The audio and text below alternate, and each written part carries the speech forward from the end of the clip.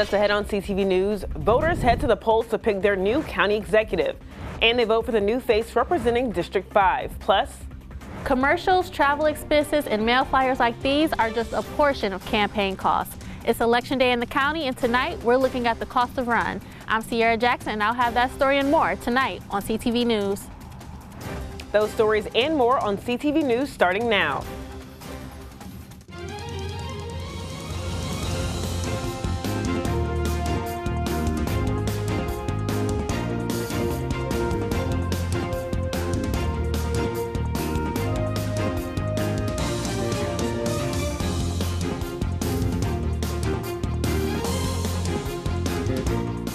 It's Special Election Day in Prince George's County, and the voters are heading to the polls. Good evening. This is CTV News for March 4th. I'm Michaela Newton. Thanks so much for joining us. Well, up for grabs is a county executive seat and a District 5 seat on county council. We begin our election coverage tonight with Byron Scott and the race for county executive. A steady stream of voters headed to the polls at Lake Arbor Community Center today, one of several voting locations in Prince George's County. School was the most important thing for me, to make sure that we had the right people sitting at the right table. 11 candidates, 8 Democrats and 3 Republicans, are running for the seat that was vacated by U.S. Senator Angela Alsobrooks. Calvin Hawkins was endorsed by Alsobrooks, while another frontrunner, Aisha Braveboy, was endorsed by Governor Wes Moore. Former County Executive Rashawn Baker garnered the support of the county's police and firefighters unions. Thank you for all you do. Thank you for all you do. At Lake Arbor, Alsobrooks was on hand this morning to give her candidate, Hawkins, a last-minute boost. And I want to thank all of you for your support. You love our county. Yes. And that's what this is about. This is going to be a vote not so much for the power, for the people in power, but the power of the people. Thank you. Also at Lake Arbor today making a last-minute pitch, candidate Ron Hunt. So what are you saying to the voters here today as they come to the voting? I'm saying I hope you're voting for me. I'm not a politician, and I mean what I say. Perhaps the biggest issue the next county executive will face is the $171 million budget shortfall that's expected to grow to $247 million in 6 years. Compound that with the impact the Trump administration may have on the county, and voters are hoping their candidate can meet the challenge. What are the issues here that need attention? Well, I mean, the county's losing, I think the county's losing money too, like the state, and we want to make sure that the person who's working for us is doing what we need for them to do in order to get back the budget that we had before. I just want a strong candidate, and somebody that's going to do a good job, and someone that's been vocal, and someone that, we've seen in the community, and just hoping for somebody that's just going to do a good job. Polls close tonight at 8 o'clock. The winners of the Democratic and Republican primaries will face off on June 3rd. In Lake Arbor, Byron Scott, CTV News. All right, Byron, thanks so much. Meanwhile, in Kentland, several candidates for the District 5 County Council seat gave their final pitches to potential voters. CTV News was at the Kentland Community Center asking candidates what their thoughts and emotions were heading into the final hours of the race. I love the fact that in America we have this process where people can come in and have the opportunity to exercise their God-given right to vote. My motto is faith, family, education, and service. After those 25 years of service on the federal, state, local level, I can see the process of serving my community, being a part of that. I'm a father, I'm a husband in the town of Cheverly, where I'm a council member as well, to make sure we have this aspect of service to others. Well, I was so excited last night. It's like Christmas for me, because I like the political rhetoric, and I think that we need to have more conversations about our schools. That's why the teachers union endorsed me. We need to make sure that Prince George's County changes the narrative. We want a safe place to live, work, and do business like everyone else. Total excitement. I think people are ready for change here in District 5. As I talk to voters, they're very informed. They've read up on all of the candidates, and we've been standing here out all week, today since 7 a.m. and it's been great to just talk and connect with voters. Well, certainly exciting. The emotions are, I'm at peace. It's been a long road with this election. However, whatever happens, as long as it's God's will, I'll be happy with it. I'm at peace. I'm happy to, ready to go back home and be with my wife, be with my 3-year-old son, and spend some time with them, whatever the results might come up. But I am ready to work for our Prince George's County residents, for District 5 residents. And leading up to this election day, a major topic of discussion has been the cost of special elections for the county. Today, we're shifting focus and examining what is the price tag running for a political seat. CTV's Sierra Jackson has the story. If you live here in the county, I'm sure you've received several flyers like these fighting for your vote. But how much does it actually cost each candidate to run a campaign?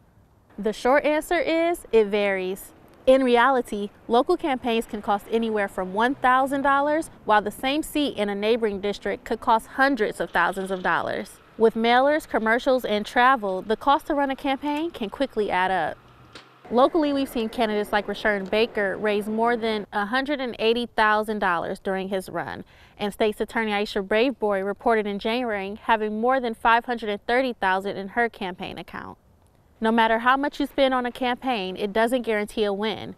We saw that at the state level last year when David Trone spent $54.1 million of his own money on his campaign for Senate, but lost to former county executive Angela Alsobrooks. So when it comes to campaigning, does it cost to win? The answer is more complicated than just money. It's about strategy, community engagement, and yes, financial resources too. Reporting from Mitchellville, Sierra Jackson, CTV News. All right, Sierra, thanks so much. Be sure to tune in tomorrow for the final election results and see how each of those factors played out. Meanwhile, the governor's plans for cuts get shot down again. A second House committee has rejected Governor Wes Moore's proposed cuts to the blueprint. The Ways and Means Committee voted against the cuts on Monday, just like the Appropriations Committee did last week. The Governor's Excellence in Maryland Public Schools Act proposes delaying some blueprint programs while the state deals with a $3 billion deficit. Ways and Means voted to restore funds to increase teacher collaborative time and projected funding for community schools in low-income communities. Meanwhile, President Donald Trump will address a joint session of Congress tonight for the first time in 5 years. Maryland Democrats have their guest lists in order, some bringing federal workers that have been fired to give a face to the government workforce. Some won't be attending at all, including Representative Kwesi Mfume, who says Trump and Elon Musk are destroying the State of the Union. Now, Maryland has one Republican representative, Andy Harris, and he stood behind all of Trump's actions. Harris didn't say who his guest will be tonight. And angry federal workers continue their protest of mass firings by Elon Musk and Dodge. This was a scene yesterday in Silver Spring at the headquarters for the National Oceanic and Atmospheric Administration. Hundreds of probationary workers at NOAA were fired last week. Federal and state leaders joined in the demonstration. Fired workers are demanding their jobs back. By tearing down the government like this, he's making things dangerous and less safe for the country. They know we need you too, right? To make ourselves safe from dangers like weather incidents, all the stuff that's getting worse, the climate change that the Trump administration wants to pretend isn't happening. We know that it is happening. We know that lives are being lost, and the nation needs to react, and we need the information and the science that you provide. Isn't that right? Now, one of the agencies that operates within NOAA is the National Weather Service. And the Social Security Administration is making significant cuts to its workforce and office space, aiming to save $800 million as part of broader federal reductions led by President Trump and Elon Musk's Department of Government Efficiency. The agency will cancel contracts, freeze hiring, and end office leases, though it's unclear how this will affect its Woodlawn headquarters or Maryland offices, where about 10,000 people work. Acting Commissioner of Social Security Leland Dudek said in a press release Friday that reports of a 50% workforce reduction were false. And you're watching CTV News. I'm Michaela Newton. Still to come. Businesses impacted by the Purple Line may be getting some relief soon. I'm Mariah Jalad, and I have that story coming up on CTV News.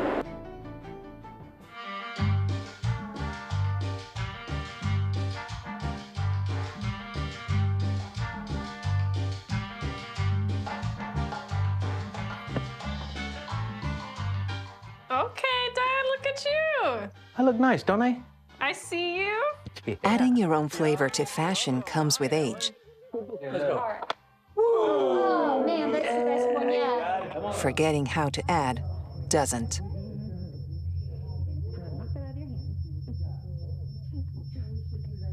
Finding it difficult to work with numbers may be a sign of Alzheimer's. Dad, are you okay? An early diagnosis can help improve the quality of life for your loved one. High school. Yeah. Hey, Dad. Do you want to talk about what happened earlier? Learn the warning signs of Alzheimer's. Some things come with age, some others don't. Love is a lesson that doesn't end. It knows no conditions, so you better buckle in. Love keeps you on your toes. It never stops, only grows. Love isn't easy, it's a commitment, especially when they're being their most resistant.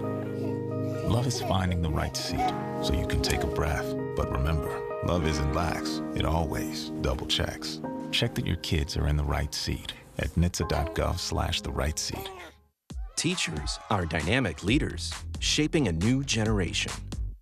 Innovating to prepare students for our fast-changing world. They're skilled experts, discovering a universe of solutions, telling stories, inspiring, mentoring, connecting cultures, leading by example. Teaching is a journey that shapes lives.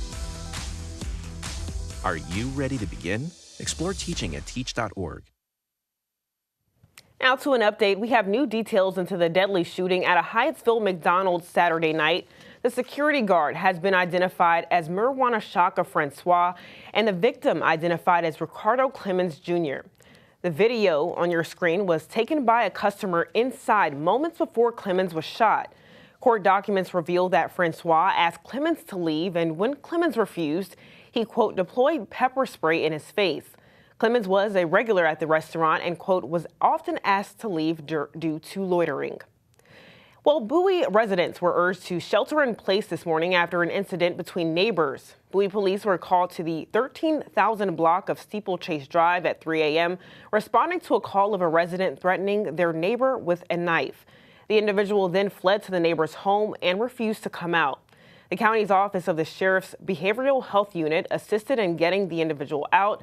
They were later taken to the hospital for an emergency psychiatric evaluation. And Prince George's police are investigating a deadly crash in Temple Hills over the weekend. The fatal crash happened in a parking lot, a shopping center parking lot rather, at the 3700 block of Branch Avenue on Saturday around 4 p.m. 85-year-old Constance Banner was taken to the hospital but later died of her injuries on Sunday. The second driver was not injured, and the cause of the crash is under investigation. Well, Maryland lawmakers are divided yet again on a medical aid in dying bill. The measure is House Bill 1328, known as the End of Life Option Act. The bill, if passed, would allow certain terminally ill patients to request medication from a physician to aid in dying. House members held a hearing on the measure yesterday. However, reports show that Senate members are split on the bill. This type of measure has been brought to the General Assembly in previous years, but has yet to pass. And the construction of the Purple Line has interfered with nearby businesses since it began. Maryland is now trying to remedy that. And Mariah Gillette tells us how. For years, the Purple Line has completely disrupted traffic and business on this corridor. But now those businesses may be getting some relief through grants from the state government. Now, right behind me is the area of East-West Highway, Riverdale Road, Kenilworth Avenue, and businesses here have been barely hanging on, with roads blocked off, creating major traffic, parking issues, and pretty much eliminating foot traffic. Now, the Purple Line light rail has been under construction since 2017, and due to contractor disputes and costs nearly doubling, the project is still only 3/4 of the way done, and those businesses could feel the hurt until 2027.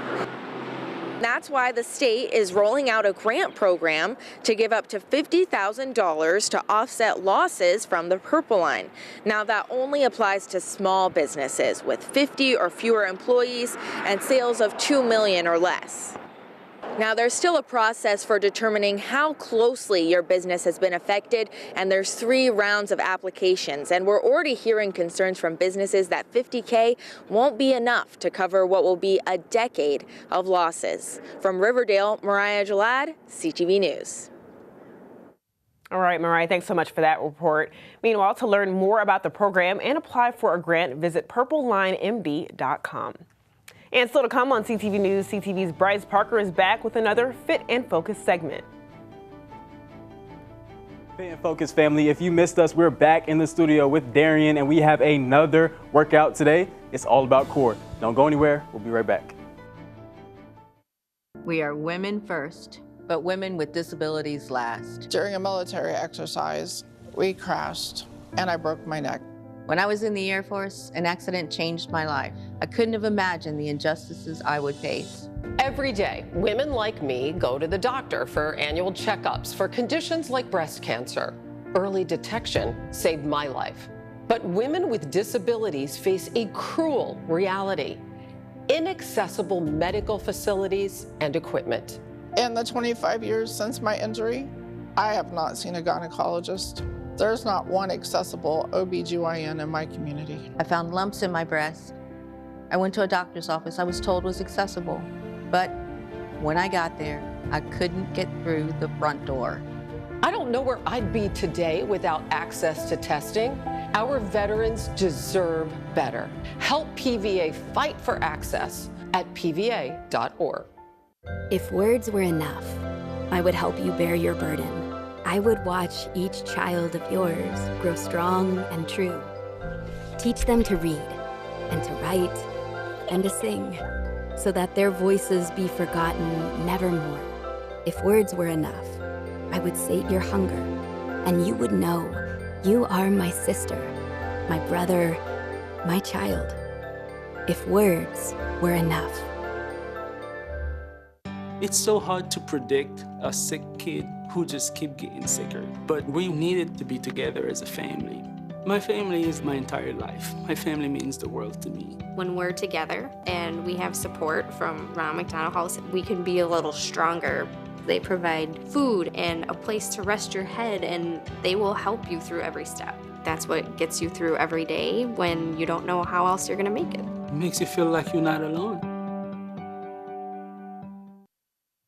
Welcome back. With the Trump administration taking steps to shrink the federal workforce, some economists say that this could lead to a potential downturn for the greater Washington economy. According to the Washington Business Journal, the reduction of workers and contractors from the federal government would have a, quote, trickle-down effect. Reports show that with people out of work, there would be a decrease in spending at shops, restaurants, and businesses. Economists also say residents could move out of the region, which would result in a higher number of apartment vacancies and homes for sale. Well, Bryce and Darian are back in the studio with another Fit and Focus segment, and today's segment is all about core.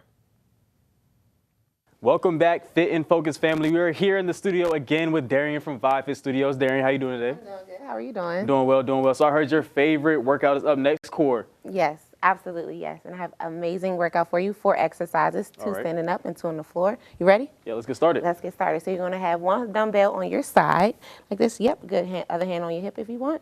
You're going to do a side lean, but you're going to brace your core as you do it. So as you go down and use your core to come up. Very good. Do it again. And come up. Very good. And come up.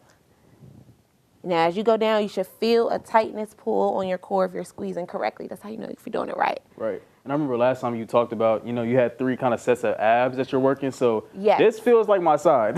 Yes, absolutely. So these are going to hit your obliques. So if you're trying to get rid of those love handles, this is a great exercise for that. Yes. All right. Let's do 2 more. And 2.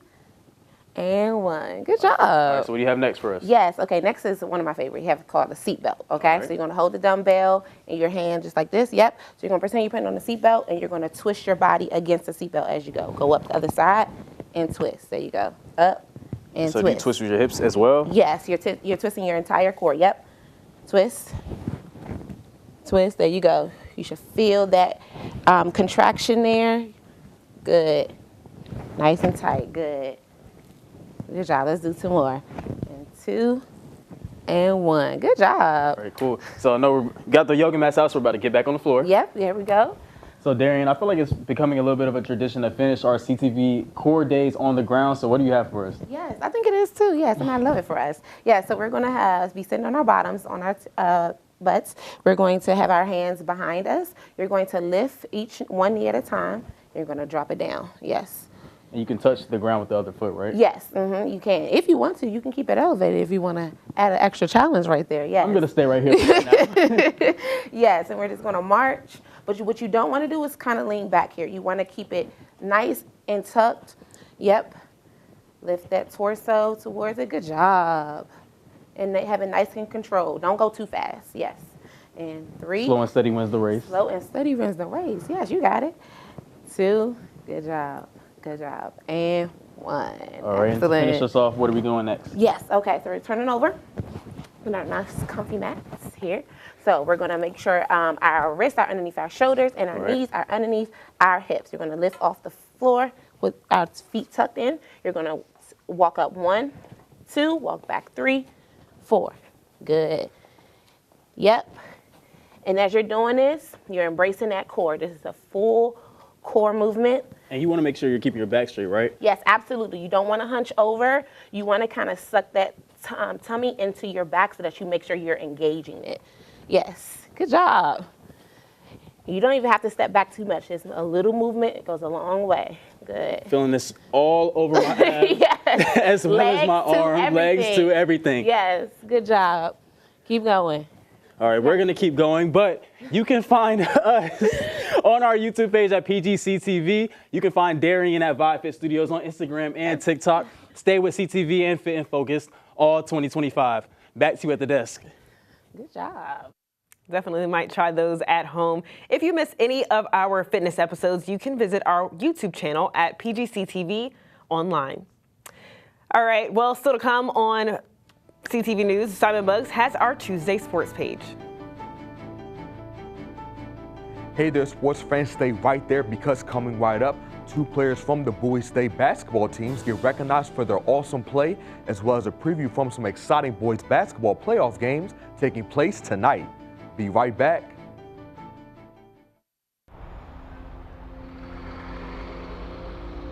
The doctor said I only had a 29% chance to find you.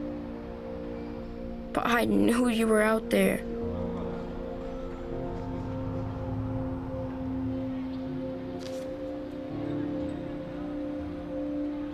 Every night, even when my heart was sad, I wished for you to sign up. I got so sick that I couldn't go to school, but I still made people laugh. But when we matched, it was the best day ever. Dear donor, your blood stem cells saved me from leukemia. Thank you forever and ever and ever. Sincerely, Owen.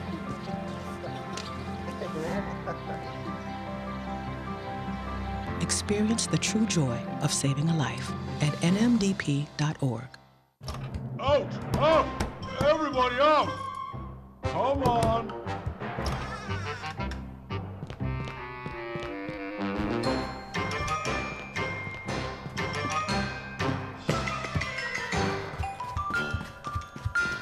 Good job. Under 2 minutes. Keep your loved ones safe from home fires. Practice a 2-minute drill until it's part of your routine. And test your smoke alarms monthly. There's nearly 678,290,000 kids under 5 around the world. But what's so important about being 5? Well, children who live to age 5 are twice as likely to reach adulthood. That's why vaccines matter so much. For 40 years, Rotary and partners have delivered vaccines globally. Like here and even here, in your neighborhood and around the world, Rotary is ensuring children grow up safe from preventable diseases.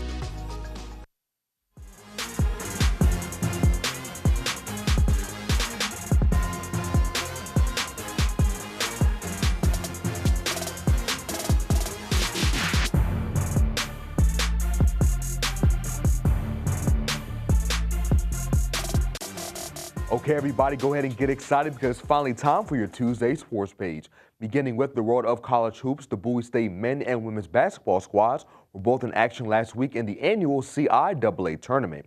And even though both teams were sent home early during the tournament, there were still some players on both teams who balled out, so much so that they were named to the All-CIAA tournament team.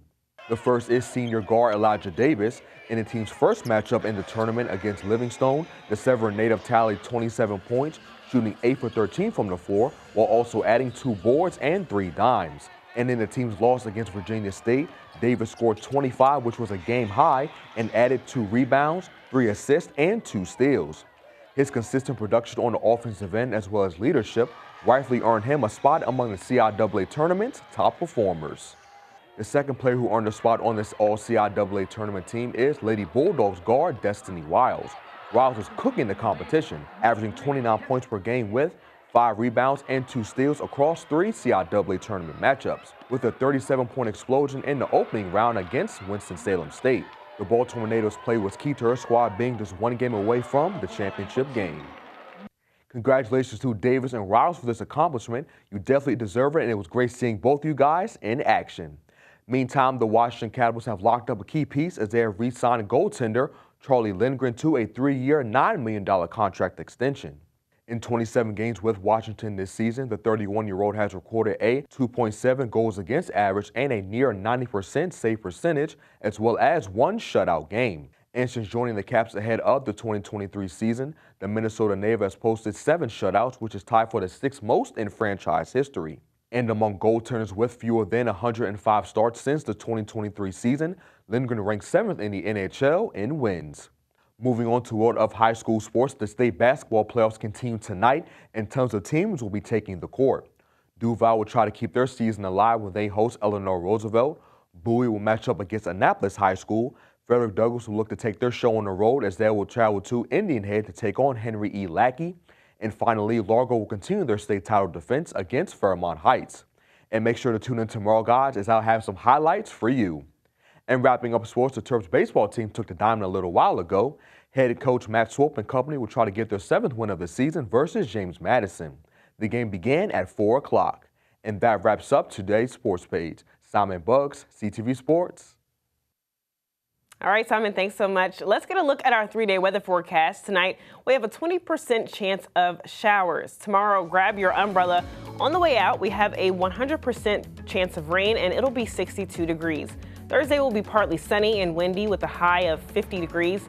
Friday is going to be mostly sunny. We'll have a high of 53 and a low of 39.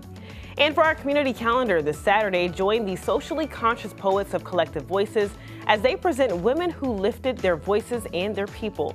The Women's History Month poetry event will honor the late Nikki Giovanni and other women poets and artists. This event takes place from 1 to 3 at Arts Nation at the National Harbor. But for questions or more information, contact 202-246-0111. And that's all the time we have for CTV News. Thanks so much for joining us. We'll see you again tomorrow. Have a good night.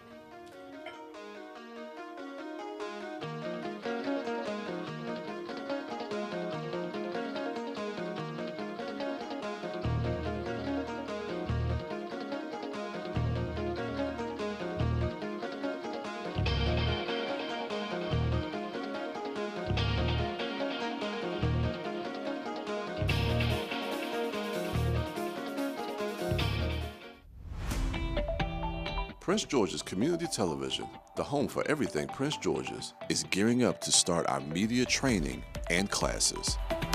Come to PGCTV and get hands-on training in field production, studio production, producing and directing, podcasting, and video editing, and take your skills to the next level.